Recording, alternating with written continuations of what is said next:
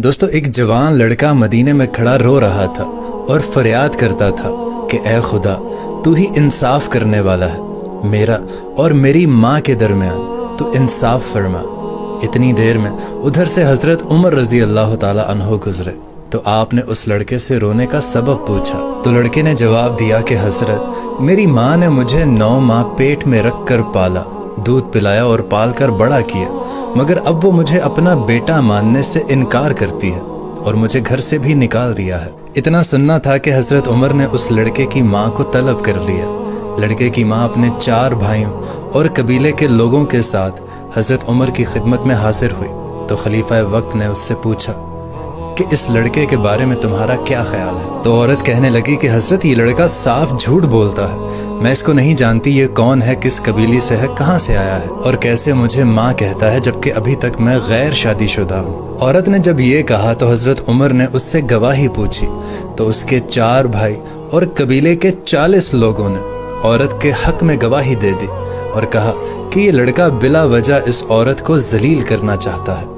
फिर जब हजरत उमर ने उस लड़के से गवाही पूछी या सबूत मांगा कि तुम्हारे पास क्या सबूत है कि ये तुम्हारी माँ है, तो उस पर लड़के ने जवाब दिया कि मेरे पास इसके अलावा और कोई सबूत नहीं कि ये मेरी माँ है और मैं इसका बेटा हूँ। इसने मुझे 9 माह पाला है, जवान किया है, लेकिन अब पता नहीं ये क्यों मुझे मानने से इनकार करती है। अब चूंकि औरत की तरफ से 40 गवाह पेश किए जा चुके थे और लड़के के पास इस बात का कोई सबूत नहीं था, तो हजरत उमर रजी अल्लाह ताला अन्हो ने उस लड़के को सजा देने का हुक्म दिया।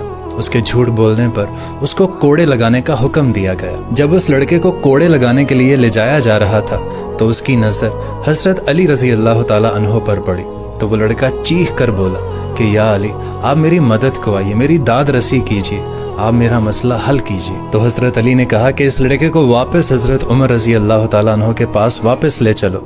जब वो लड़का हजरत उमर के पास वापस तशरीफ लाया तो हजरत उमर ने पूछा कि इस लड़के को वापस क्यों लाए हो। तो लोगों ने कहा कि इसको हजरत अली के कहने पर वापस लाए हैं और इतनी ही देर में हजरत अली भी वहीं तशरीफ ले आए।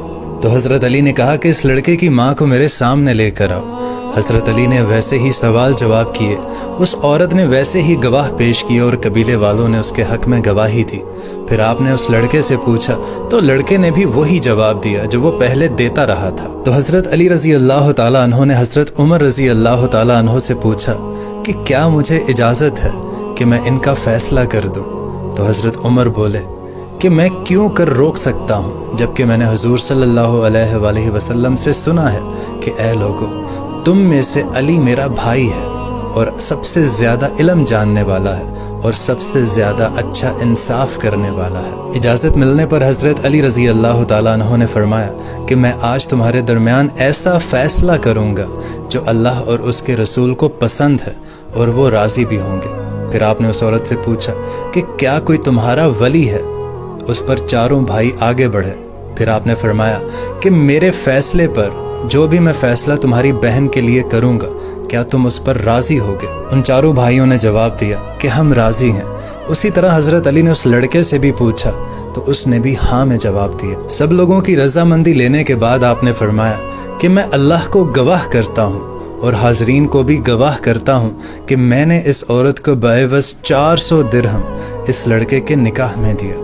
उस लड़के को आपने 400 दिरहम दिए और कहा कि इस औरत के दामन में डाल दे और इस औरत का हाथ पकड़कर उसे अपने मकान पर ले जाओ और उस वक्त तक वापस ना आना जब तक तुम गुस्ले जनाबत से फारिग ना हो जाओ। जो ही ये फैसला उस औरत को सुनाया गया तो उस औरत की चीख निकल गई और कहा कि ऐ बरादरे रसूल, ये क्या गजब हो गया है कि मैं तो बिल्कुल ही जहन्नम का ईंधन बन जाऊंगी।